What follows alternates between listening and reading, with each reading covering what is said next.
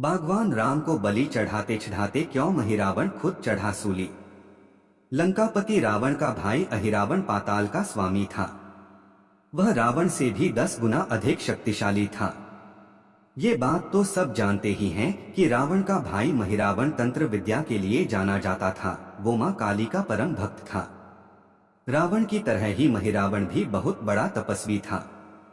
वह पाताल लोक का शासक था। उसने काली की भक्ति से कई सिद्धियां हासिल की थीं। वह कई मायावी शक्तियों का स्वामी और कुशल तांत्रिक था। आज हम आपको महिरावण और भगवान राम से जुड़ी एक कथा के बारे में बताने जा रहे हैं, जिसमें ये बताया गया है कि कैसे राम की बलि देते देते महिरावण खुद बलि चढ़ गया। कृतिवासी रामायण के अनुसार जब युद्ध में मेघनाद मारा गया तो रावण को बहुत बड़ा सदमा लगा था। तभी रावण को अपने भाई महिरावण की याद आई और उसे युद्ध में ये कहते हुए अपने साथ कर लिया कि अगर वह अपनी आराध्य मां काली को राम और लक्ष्मण की बलि देगा तो वह उस पर प्रसन्न हो जाएगी। युद्ध में महिरावण के शामिल होने की खबर सुनकर विभीषण ने इसके बारे में सभी को बताया और हनुमान को राम लक्ष्मण की सुरक्षा का जिम्मा सौंप दिया। राम लक्ष्मण की कुटिया की अच्छी तरह पहरेदार शुरू कर दी गई ताकि कोई उसके अंदर नहीं जा पाए। हनुमान जी ने अपनी पूंछ से पूरी तरह सुरक्षित करके रखा। अहिरावण ने बार बार रूप बदलकर आया, जैसे पहले दशरथ बना, फिर माता कौशल्या, फिर भरत रूप धारण किया।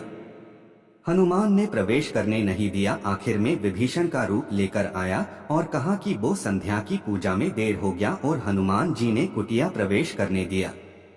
विभीषण का रूप धरकर राम लक्ष्मण की कुटिया में घुसा। महिरावण ने मौका देखकर राम और लक्ष्मण को सोता देख अपनी मायावी शक्तियों से उन्हें अपने वशीभूत कर लिया और पाताल लोक लेकर चला गया। जब इस बात का पता हनुमान जी को लगा तो वो भी पाताल लोक को चले गए। पाताल के दरवाजे पर हनुमान को एक द्वारपाल मिला जो आधे वानर और आधे मगरमच्छ के स्वरूप में था। उसने अपना परिचय मकरध्वज के रूप में दिया। हनुमान से कहा कि मैं आपका बेटा हूँ। हनुमान आश्चर्य में पड़ गए और जवाब दिया कि मैं तो बाल ब्रह्मचारी हूँ और मेरा कोई बेटा नहीं। तब मकरध्वज ने बताया कि जब आप अशोक वाटिका में सीता के पास गए थे तब समुद्र लांघते समय वीर्य की बूंद एक मगरमच्छ के मुंह में पड़ी, जिससे मेरा जन्म हुआ। मकरध्वज ने कहा कि अगर आपको अंदर जाना है तो मुझे पहले युद्ध में हराना पड़ेगा। हनुमान को अपने बेटे को हराकर ही अंदर घुसना पड़ा। लंबे युद्ध में अपने बेटे को हराने के बाद हनुमान पाताल लोक के भीतर पहुंचे। हनुमान अब अहिरावण और महिरावण के क्षेत्र में घुस गए थे। उन्हें एक बड़ी सेना का मुकाबला करना था, लेकिन उन्हें मकरध्वज ने बताया था कि अगर आपको पूरी सेना को खत्म करना होगा तो किसी विशिष्ट जगह रखे 5 दीपकों को एक साथ बुझाना होगा। पूरी सेना स्वतः नष्ट हो जाएगी, अहिरावण का शक्ति भी।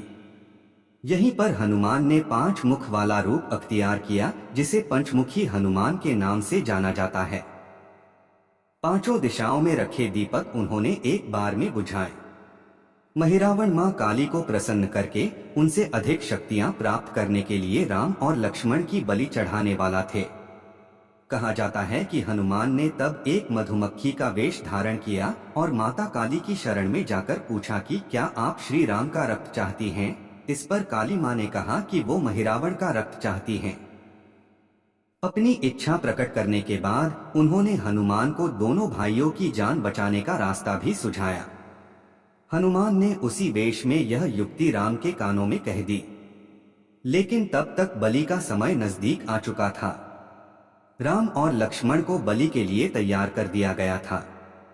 महिरावण ने राम को अपना सिर बलिवेदी पर रखने को कहा, लेकिन राम ने महिरावण से कहा कि वो क्षत्रिय और एक योद्धा हैं, उसने कभी किसी के आगे कभी सिर नहीं झुकाया है।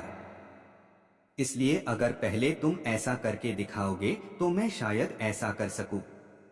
राम की बलि देने की जल्दी में महिरावण इसके पीछे के राज को समझा नहीं और उसने अपना सिर बलि देने के स्थान पर रख दिया।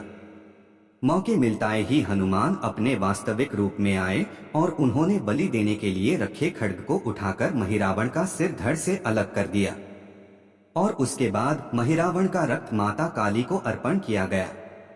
जिसके बाद हनुमान जी ने राम और लक्ष्मण को पाताल लोक से वापस लेकर आया।